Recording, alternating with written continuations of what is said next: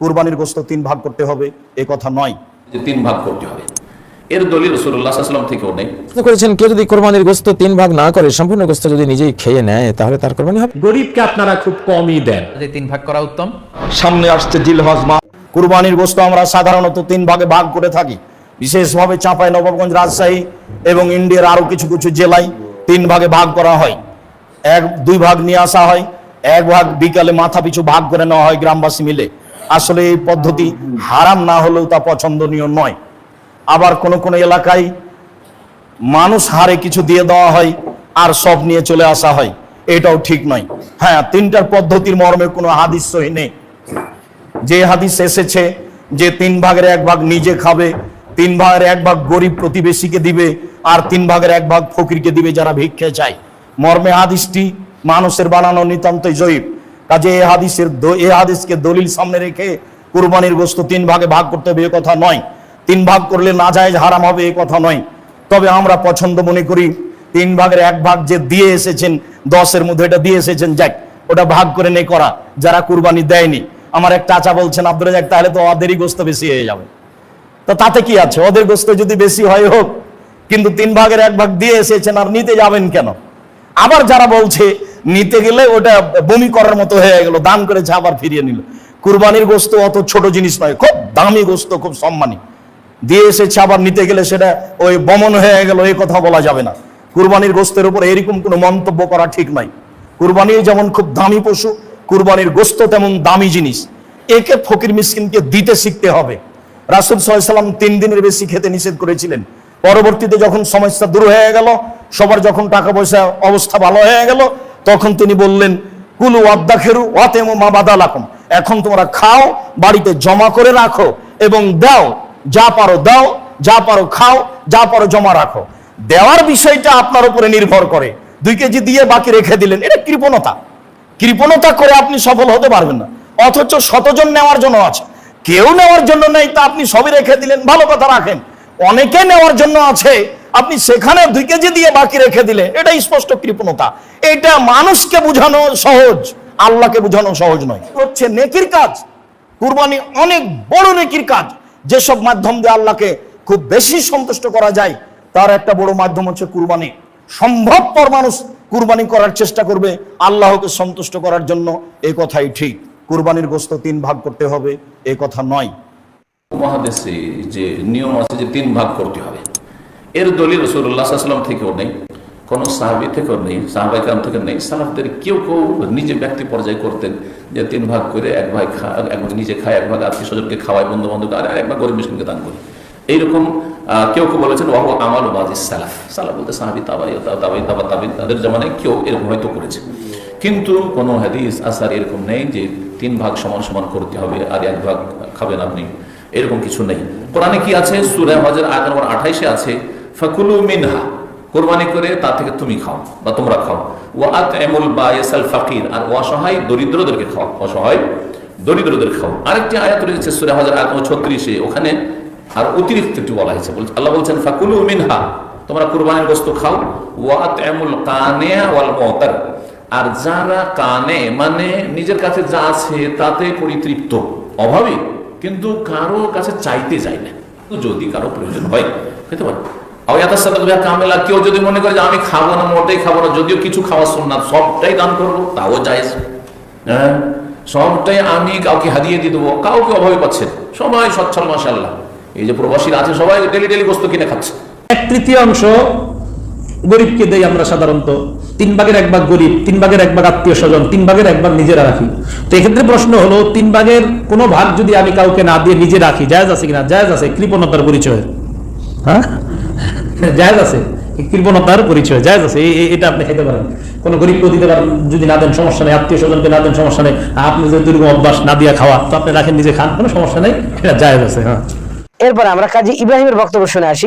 করেছেন কেউ যদি কুরবানির গোশত 3 ভাগ না করে সম্পূর্ণ গোশত যদি নিজেই খেয়ে নেয় তাহলে তার কুরবানি হবে কি? সাদাকা, সওয়াবের কাজ। ইসলামে তো যে নিজে খায়, এমন নিজের স্ত্রীকে খাওয়ায়, হাত্তা লোকমাতা তারফাউহা ফি ইমরাতিক, যে লোকমা তুমি তোমার স্ত্রীর মুখে তুলে দিলা, এটাও একটা সাদাকা। নাফাকাতুর রাজুলি ইয়াহতাসিবুহা সাদাকা। ব্যক্তি যাই ব্যয় করে যেখানে সে সওয়াবের আশা করে, নিজে খাওয়া এটাও একটা সাদাকা। ইবদা বিমান তাউল, ইবদা বিনাফসিক, মানে নিজে খাও, নিজের পোষ্যবর্গ যারা তাদেরকে খাওয়াও, এটা তো প্রথম ব্যয়। এখানে অবশ্যই সাদাকার সওয়াব আপনি পাবেন। পুরো কোরবানির গোশত আপনি খেয়ে ফেললেও সওয়াব পাবেন, আপনার তো গুনাহ হচ্ছে না, কারণ এখানে দেয়া তো ফরজ না। তবে এটা এক ধরনের বখিরি, কৃপণতা, সেই জন্য সাধারণত কোরবানি যারা করে তারা এইভাবে করে না। কোরবানির পশুর গোশত কিভাবে বন্টন করতে হবে, কয় ভাগে ভাগ করতে হবে সে বিষয়ে সূরাতুল হজে আল্লাহ সুবহানাহু ওয়া তাআলা ইরশাদ করেছেন, ফাকুলু মিনহা ওয়া আত'ইমুল বাঈসাল ফাকির। অন্য আয়াতে তিনি ইরশাদ করেছেন, ফাকুলু মিনহা ওয়া আত'ইমুল কানিআ ওয়াল মু'তার। যার অর্থ হলো, তোমরা কোরবানির পশুর গোশত থেকে নিজেরা খাও এবং তোমাদের প্রতিবেশী, আত্মীয় স্বজন বা যারা দুস্থ নন এ ধরনের মানুষদেরকে খাওয়াও, হাদিয়া দাও, এবং যারা দুস্থ, অসহায়, গরিব মানুষ তাদেরকে দান করো। এই আয়াত থেকে তিনটি ভাগ করার ব্যাপারে একটি নির্দেশনা পাওয়া যায়, ইঙ্গিত পাওয়া যায়। সেজন্য বেশিরভাগ উলামায়ে কেরাম বলেছেন কোরবানির পশুর গোশতকে 3 ভাগে ভাগ করা মুস্তাহাব এবং উত্তম। যারা এক ভাগ নিজের জন্য রাখবেন, আরেক ভাগ প্রতিবেশী, বন্ধু বান্ধব, আত্মীয় স্বজন তাদেরকে খাওয়াবেন, আরেক ভাগ গরিব এবং অভাবী মানুষদেরকে দিবেন।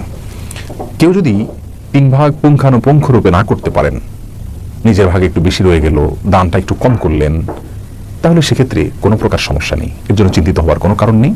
কারণ পুঙ্খানুপুঙ্খ রূপে 3 ভাগে ভাগ করাটা কোনো আবশ্যক বিষয় নয়। আপনি অনুমান করে 3 ভাগে ভাগ করতে পারেন, অথবা 2 ভাগে ভাগ করতে পারেন, অথবা ভাগ নাও করতে পারেন, কিছু দিলেন আর বেশিরভাগ রেখে দিলেন, বা বেশিরভাগ দিয়ে দিলেন, সামান্য কিছু রেখে দিলেন, সেই স্বাধীনতাও আপনার রয়েছে।